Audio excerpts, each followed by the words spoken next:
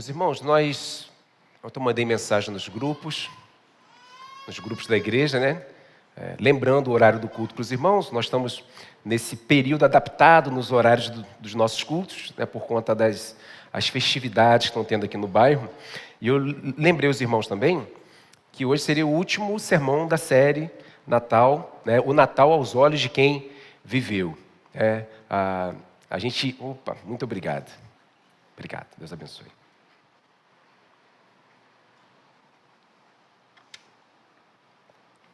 Temos sido, meus irmãos, impactados com a palavra de Deus, compreendendo a necessidade de Jesus ter nascido. Vimos a experiência de alguns personagens que viveram aquele momento, né? Viram um menino. E aí já passamos pelos pastores, pelos magos, passamos por José, por Maria. E o nosso último personagem é o próprio Jesus. Embora nós não tenhamos assim algumas coisas dele se expressando quando ele era bebê, por exemplo, para saber o que ele sentiu, mas ele falou sobre o seu nascimento. Ele falou sobre o propósito de ter nascido, o motivo de ter nascido. E, meus irmãos, isso mudou a nossa história. Jesus nasceu, aliás, Jesus precisava nascer. O Filho de Deus, o próprio Senhor, ele precisava nascer. Hoje a gente vai ver o que ele disse com relação ao nascimento dele mesmo.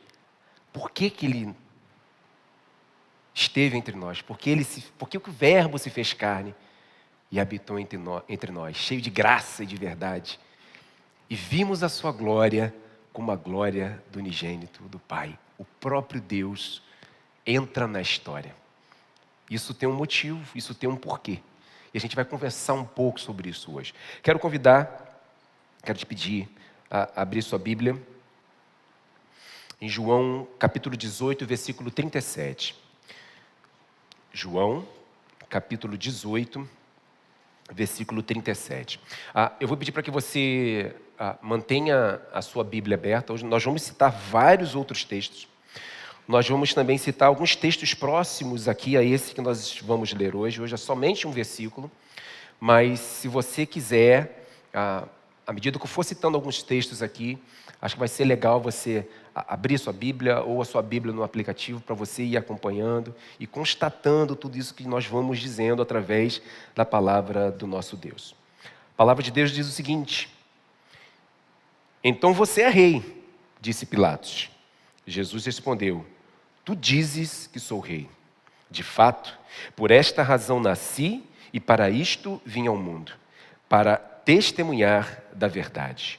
Todos os que são da verdade me ouvem. Vamos orar mais uma vez?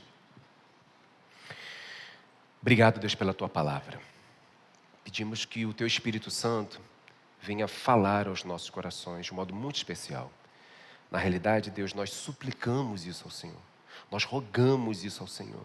Queremos ouvir a tua voz. Em nome de Jesus. Amém. Meus irmãos, Jesus ele afirma no texto que ele nasceu, que ele veio ao mundo para testemunhar da verdade. Foi isso que ele disse aqui para Pilatos.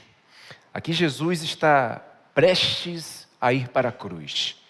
Aqui está nos momentos finais de Jesus, prestes a ir para a cruz. Do que Jesus estava falando aqui? Que verdade é essa? Lemos esse texto, apenas um versículo, e a gente pode pensar em várias perguntas aqui. Mas eu entendo que duas perguntas são fundamentais para a gente poder caminhar hoje aqui. Por que o nascimento de Jesus era necessário? Por que ele simplesmente não apareceu? Jesus foi gerado por Maria. Por que teve que ser assim? Por que ele teve que se tornar homem? Por que Jesus teve que nascer? E a segunda pergunta que a gente vai responder aqui, olhando para a Bíblia, é: qual verdade Jesus veio dar testemunho? Nós vamos caminhar e tentar responder essas duas perguntas. E para responder essas perguntas, nós vamos precisar voltar um pouco no tempo. e entender como tudo aconteceu. Eu queria fazer isso em 4 etapas, passando inclusive pelo nascimento de Jesus. Muitos vão chamar essas 4 etapas como o grande quadro. Nós vamos passar bem brevemente por essas etapas para que a gente possa conseguir responder essas duas perguntas. E a primeira etapa nesse processo é exatamente a criação. A criação é o nosso primeiro passo dentro desse grande quadro. O Filho, meus irmãos, a segunda pessoa da Trindade, ele sempre existiu.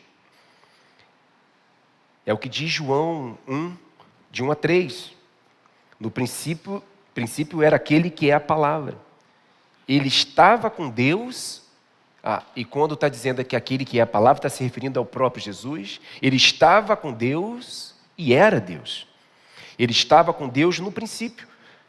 E preste atenção nisso. Todas as coisas foram feitas por intermédio dele. Sem ele, nada do que existe teria sido feito. Todas as coisas, meus irmãos, como diz o próprio texto, foram criadas por Jesus, o Filho, a segunda pessoa da Trindade, inclusive e principalmente o homem. O homem, ele recebe algo especial de Deus, meus irmãos. Somente o homem recebe algo especial de Deus, que o homem é feito à sua imagem e à sua semelhança. Somente o ser humano, Deus deu isso apenas ao ser humano.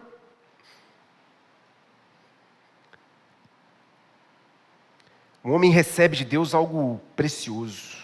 O homem, por conta disso, meus irmãos, ele pode pensar, ele pode criar, ele pode tomar decisões, tudo isso espelhando essa imagem de Deus. O homem foi criado, podemos dizer assim, para ser uma espécie de gerente de Deus. Se a gente olha lá para o início de todas as coisas, ele recebe a missão de cuidar de todas as coisas.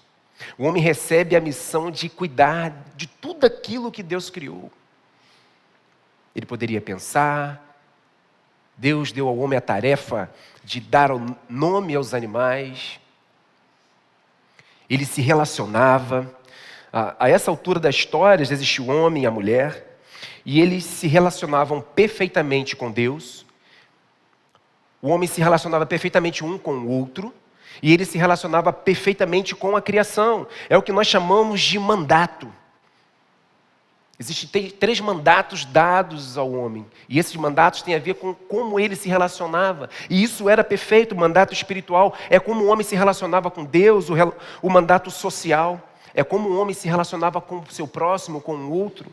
E o mandato cultural é como o homem se relacionava com a sua cultura, à sua volta. Ou seja, com aquilo que Deus criou. Inclusive, essa capacidade relacional do homem é mais uma coisa que espelha a imagem de Deus. Tudo era muito perfeito, meus irmãos. Aliás, tudo que Deus faz é perfeito. Existia harmonia e o homem, veja bem, ele era plenamente satisfeito, pois tudo estava em seu lugar exatamente do modo como Deus criou. Nós poderíamos falar muito mais sobre essa primeira etapa. Aliás, sobre essa questão da criação, já vou dar a deixa aqui, falaremos bastante no nosso retiro. Vamos falar bastante sobre a criação. Mas por hora aqui para nós precisamos caminhar para a segunda etapa da nossa história, que é exatamente a queda. Veja bem, antes da queda, o homem ele era capaz de tomar decisões. E isso espelha, como nós dissemos, a imagem do próprio Deus. O homem, então, toma a decisão de desobedecer a Deus. Com isso, meus irmãos, o pecado entra na humanidade e com o pecado, a morte. Tudo era muito perfeito, porque tudo estava no lugar onde deveria estar. O homem tinha a possibilidade de tomar decisões e ele decide pecar. Olha o que diz Romanos 5,12, é um texto interessante. Por causa do pecado de um homem, de Adão, nós já nascemos pecadores, nós herdamos isso dos nossos primeiros pais. Olha o que diz o texto, está sendo projetado. Portanto, da mesma forma como o pecado entrou no mundo por um homem e pelo pecado a morte, assim também a morte veio a todos os homens, porque todos pecaram. Adão, os nossos primeiros pais, Adão e Eva, eles nos representam. Nós, por conta disso, nós já nascemos pecadores. Se na primeira etapa, a criação, o homem tinha capacidade de decidir entre pecar ou não pecar, o que nós chamamos de livre-arbítrio, o homem tinha o livre-arbítrio para poder decidir. Agora, a partir da queda, o homem passa a ser incapaz de não pecar. Não é possível não pecar. Aliás, como dissemos, ele já nasce pecador. O homem fica separado do seu Criador e as coisas saem do seu propósito, saem do seu objetivo. Tudo fica distorcido e arranhado por causa do pecado. Não somente o homem, mas toda a criação. O texto da Bíblia vai dizer que a própria criação geme, aguardando a restauração de todas as coisas. Tudo ficou distorcido e arranhado. E o pior, não havia nada que pudéssemos fazer para mudar isso. Eu e você, que já nascemos pecadores, nós não poderíamos fazer nada para mudar isso. Não nós. Pecamos contra um Deus santo e eterno. O que nós merecemos? Um castigo eterno. Uma eternidade longe do nosso Criador. Era isso que a gente merecia. Querido, eu queria te perguntar se você entende essa situação. Se você entende a sua situação. Se nós entendemos a nossa situação. Entende por que você precisa desesperadamente de um Salvador, de um Redentor? Compreende a necessidade de Jesus Cristo precisar nascer? Não havia nada que pudéssemos fazer, a não ser que Ele viesse em nossa direção. Mas já aqui, desde esse início, nós começamos a entender a necessidade, o propósito do nascimento de Jesus. Tem um texto em Gênesis 3, que é uma promessa. Gênesis 3,15. Esse texto diz o seguinte: porém inimizade entre você e a mulher. E aí ele está conversando aqui com a serpente, que era o próprio diabo, que induziu o homem ao pecado. O homem decidiu pecar. E ele vai dizer, em Gênesis 3, vai determinar algumas sentenças aqui, por causa do pecado. Ele vai falar para o homem, vai falar para a mulher, e aqui ele está falando com a serpente. Por inimizade entre você e a mulher, entre a sua descendência e o descendente dela. Este ferirá sua cabeça e você lhe ferirá o calcanhar. Esse versículo aqui, meus irmãos, está falando de Jesus. No início de todas as coisas, Jesus já é mencionado aqui. Esse é o primeiro anúncio do Evangelho. Por isso, esse texto, esse versículo é conhecido como proto-evangelho. A primeira promessa de redenção nas Escrituras. Alguém iria derrotar a serpente, que é o próprio diabo. Iria nos libertar da escravidão do pecado. Porque nós passamos a ser incapazes de não pecar, então nós passamos a ser dominados, escravos do pecado. A história vai seguir. Aquilo que ele prometeu, um dia vai se cumprir. A gente está respondendo a pergunta, por que Jesus precisou nascer? Toda a história do Antigo Testamento, ela aponta para o cumprimento da promessa, para o Salvador prometido, para o Redentor que viria. E é interessante que a gente pensa sobre isso e acha que isso, a questão da graça, de aguardar o Salvador, o Redentor, é algo específico após Jesus, mas não. Se a gente vê Jó, que provavelmente era ali contemporâneo ali de Abraão, ali, provavelmente viveu mais ou menos naquela época ali, no capítulo 19, versículo 25, e nós cantamos isso aqui, ele vai dizer que eu sei que meu Redentor vive. Então, desde o Antigo Testamento, existia uma expectativa da vinda do Redentor. Antes de Jesus, as pessoas criam no Redentor que viria. Depois de Jesus, nós cremos no Redentor que já veio. Sempre foi Jesus. Desde o princípio, ele foi prometido para nos resgatar. Há muito para a gente poder falar sobre esse período do Antigo Testamento. Deus vai criar um povo para si. Esse povo deveria apontar para o Deus verdadeiro, mostrar para as nações vizinhas o Deus verdadeiro, o único Deus. Esse povo, por vezes, ele falha, por vezes ele erra. Passamos pelo período dos juízes, entramos nos períodos dos reis, Saul, Davi, Salomão. Depois de Salomão, o reino é dividido, reino no norte, reino do sul. O reino do norte é levado, escravizado. Depois desse exílio, eles são espalhados pela terra. O povo do sul também, o povo de Judá, que é o povo do sul, ele também desobedece ao Senhor e por isso também é levado escravo para o exílio. Mas é interessante que durante todo esse período nós percebemos Deus conduzindo a história.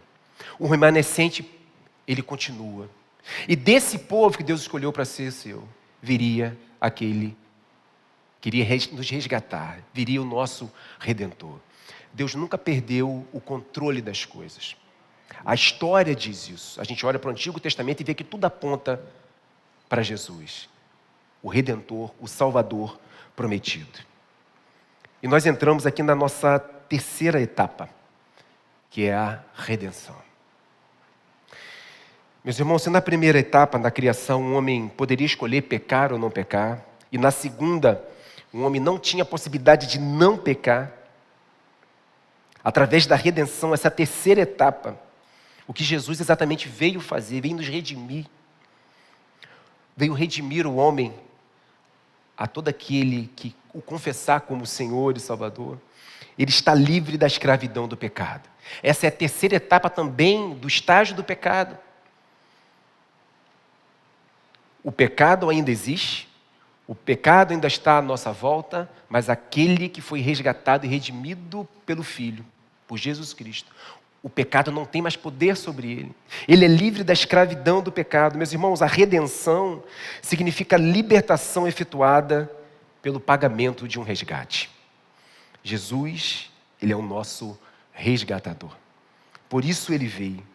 Ele nasceu destinado a morrer para nos resgatar. O pecado que cometemos ofendeu a um Deus santo e a sua ira foi depositada em Jesus na cruz. Esse foi exatamente o pagamento do nosso resgate. Ele nasceu para poder morrer por nós, meus irmãos. A justiça de Deus, ela é satisfeita e a nossa dívida, ela é paga. Esse era, meus irmãos, o plano de Deus para poder resgatar o seu povo. E não só isso, mas também para poder restaurar todas as coisas. Em amor, desde os tempos eternos, desde a eternidade, Deus resolveu salvar pecadores através do seu Filho. E que pecadores são esses? Eu e você. Está conseguindo compreender por que Jesus precisou nascer? Como nós éramos incapazes de fazer alguma coisa a nosso favor, de nos fazermos justiça, para poder pagar o preço, éramos incapazes. Jesus, desde a eternidade, desde sempre, foi o plano de Deus para poder restaurar o seu povo, nos resgatar e restaurar todas as coisas. Olha o que diz 1 Pedro 1, 18, 20. Pois vocês sabem que não foi por meio de coisas perecíveis como prata ou ouro que vocês foram redimidos da sua maneira vazia de viver, transmitida por seus antepassados, mas pelo precioso sangue de Cristo, como de um cordeiro sem mancha e sem defeito, conhecido, presta atenção, antes da criação do mundo, revelado nestes últimos tempos em favor de vocês. Cordeiro de Deus, o seu próprio Filho, entra na história. Tem um artigo num site chamado Voltemos ao Evangelho, do pastor Tiago Santos. Ele é pastor da Igreja Batista da Graça, em São José dos Campos. Ele tem um texto que fala um pouco sobre isso. Eu achei bem interessante em compartilhar com os irmãos. O texto diz o seguinte, um trecho desse artigo.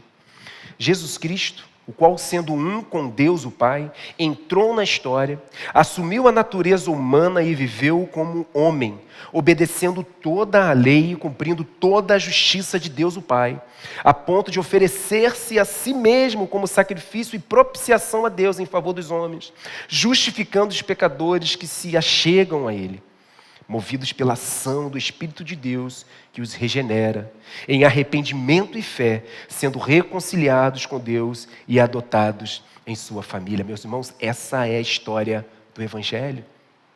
Um Deus que entra na história.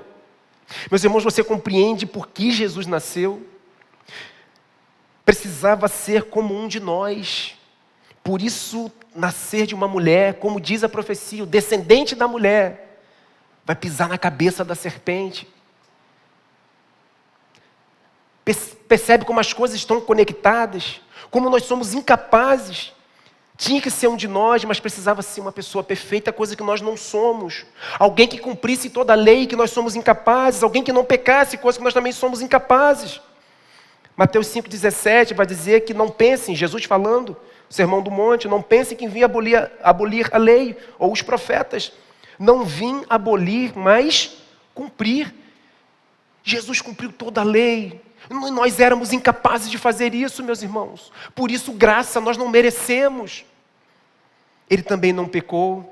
O autor aos Hebreus, no capítulo 4, versículo 15, vai dizer: pois não temos um sumo sacerdote que não possa compadecer-se das nossas fraquezas, mas sim alguém que, como nós, passou por todo tipo de tentação, porém sem pecado. Ele cumpriu toda a lei, ele não pecou. Por isso precisava ser Jesus. Nós éramos incapazes, meus irmãos. Porque o nascimento de Jesus era necessário, eu acredito que a gente já tenha respondido essa primeira pergunta. Precisávamos desesperadamente de um Redentor, alguém que pagasse pelo nosso resgate. E o nosso resgate, ele foi pago por Jesus na cruz. A segunda pergunta que nós propomos foi: qual verdade Jesus veio dar testemunho? Vamos responder essa pergunta também. Tem um texto onde Jesus está conversando com alguns judeus. Ele vai dizer o seguinte em João 8, 31 a 32.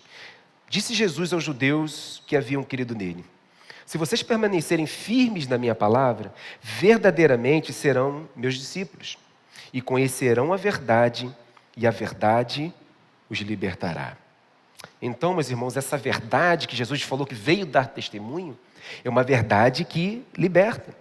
Os judeus pensavam que essa libertação era algo físico.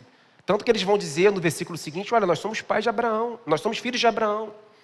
E aí Jesus, ele vai continuar respondendo, vai continuar explicando aquilo que muitos judeus não conseguiram compreender. Que Jesus não estava se referindo a uma escravidão física, que eles voltaram a ser uma nação, mas estava sob o jugo romano ali. Jesus vai explicar que a libertação que eles precisavam era uma libertação da opressão do pecado. Ele continua falando ali para aqueles judeus, do versículo 34 ao versículo 36, diz o seguinte: Jesus respondeu: digo a vocês a verdade, todo aquele que vive pecando é escravo do pecado. O escravo não tem lugar permanente na família, mas o filho pertence a ela para sempre. Portanto, se o filho os libertar, vocês de fato serão livres. A verdade que Jesus veio dar testemunho é a verdade que nos liberta, que nos tira as amarras e opressão do pecado. Um pouco mais tarde, um pouco depois, em João 14,6, Jesus ele diz que ele é a verdade. Ou seja, Jesus ele veio dar testemunho da verdade, ele veio dar testemunho de si mesmo. A verdade que nos liberta é o próprio Jesus. É isso que ele está explicando para os judeus ali. É isso que ele está dizendo no texto que nós lemos, no versículo 37 de João 18. De fato, por esta razão nasci e para isto vim ao mundo, para testemunhar da verdade, ou seja, testemunhar de si mesmo. Meus irmãos, no Natal, nós nos lembramos do nascimento de Jesus, mas também E principalmente nos lembramos do motivo de Jesus ter nascido. Jesus veio nos libertar. Se por causa de um homem, Adão, o pecado entrou no mundo, por causa de um homem, Jesus, 100% Deus, 100% homem, nos tornamos justos e aceitos por Deus Pai. É por causa dele. Nós lemos Romanos 5,12, mas se continuarmos lendo esse texto, chegarmos no versículo 19, olha o que o texto vai dizer. Logo, assim como por meio da desobediência de um só homem, muitos foram feitos pecadores, assim também, por meio da obediência de um único homem, muitos serão feitos justos. Por um homem o pecado entrou no mundo. Por um homem, Jesus, nós somos libertos da opressão do pecado. Se por causa de Adão nos tornamos culpados, por causa de Jesus, nós nos tornamos livres, porque Ele pagou a nossa dívida. Jesus, meus irmãos, Ele é o segundo Adão, melhor e perfeito. Ele nasceu e cumpriu a vontade do Pai por amor, para nos trazer libertação e resolver, meus irmãos, o maior dos nossos problemas. Nós temos problemas. Às vezes nós passamos por dificuldades financeiras, às vezes passamos por lutas com relação à saúde. Nós passamos por dificuldades no nosso trabalho, nós por vezes passamos dificuldades na nossa família. Mas o nosso maior problema era uma eternidade longe do nosso Criador. E Jesus veio resolver o nosso problema, Ele veio nos libertar, nós passamos a ser livres, porque se verdadeiramente o Filho vos libertar, sereis livres. Nós somos livres, meus irmãos. Ele fez isso por amor e resolveu o nosso maior problema. A última etapa da história, meus irmãos, é a consumação.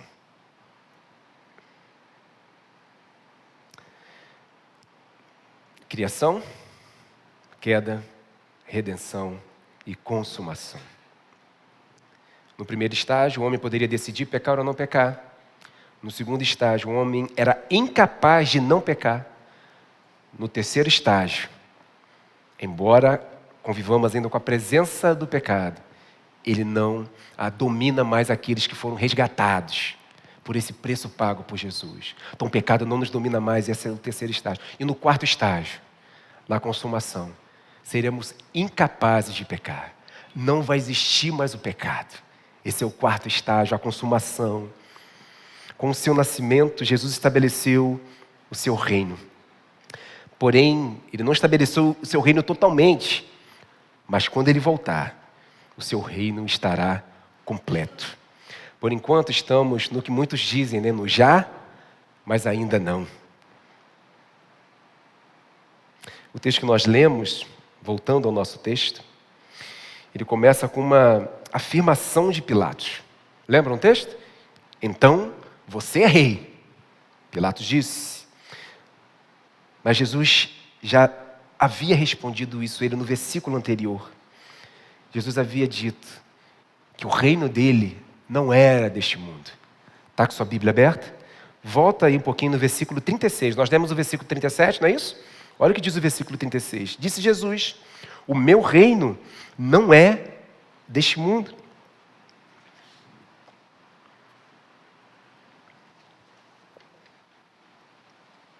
Se fosse, os meus servos lutariam para impedir que os judeus me prendessem.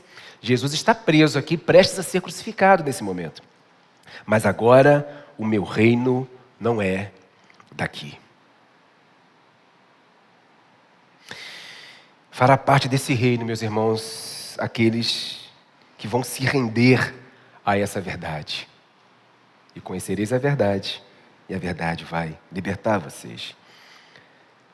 Quando Jesus diz que Ele é a verdade, Ele disse: eu sou o caminho, a verdade e a vida. Ele se apresenta como a própria verdade, mas Ele acrescenta. O versículo não termina aí. Ele vai terminar dizendo que ninguém vem ao Pai se não for por Ele. João 14,6. Meus irmãos, não tem como voltar ao lar. E quando eu digo voltar ao lar, porque o plano de Deus era ter um povo para o adorar, para viver para a glória dele. Isso foi afetado por causa do pecado. O pecado nos levou para longe de Deus. Mas nós podemos voltar ao lar. Todos que se renderem a esse Senhor e Salvador. Mas ninguém pode voltar ao lar se não for através da verdade que liberta. Só há um caminho. Quando ele diz que ele é a verdade, ele diz também que ele é o caminho. E o caminho é o próprio Jesus também. Tem um texto de Provérbios 27:8, diz o seguinte, fala um pouco sobre isso. Como a ave que vagueia longe do ninho, assim é o homem que vagueia longe do lar. E isso me leva à conclusão.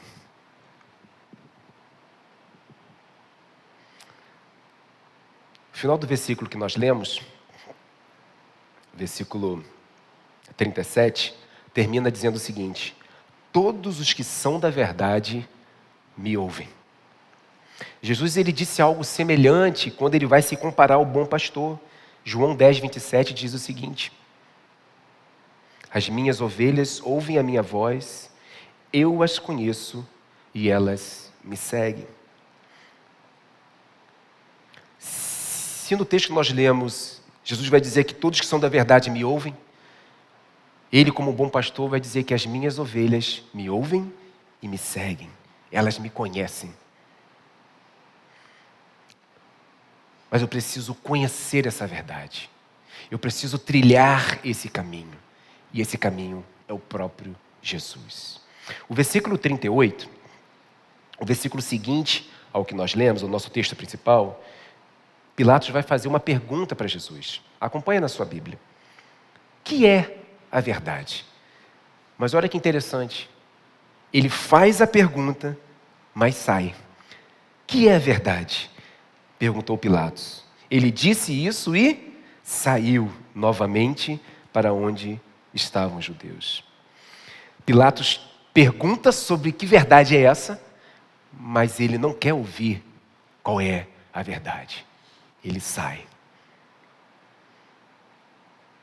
Meus irmãos, quem não conhecer a verdade que liberta, não vai entrar no reino dos céus. E esse é o momento para a gente poder pensar e refletir. Quero chamar a banda à frente.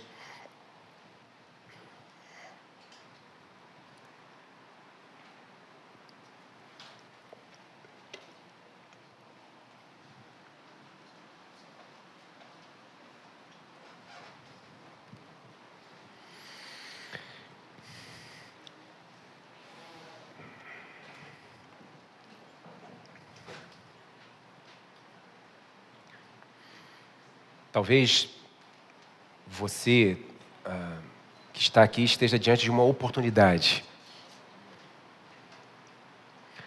Todas as coisas elas serão restauradas com a volta de Jesus. Novos céus e nova terra.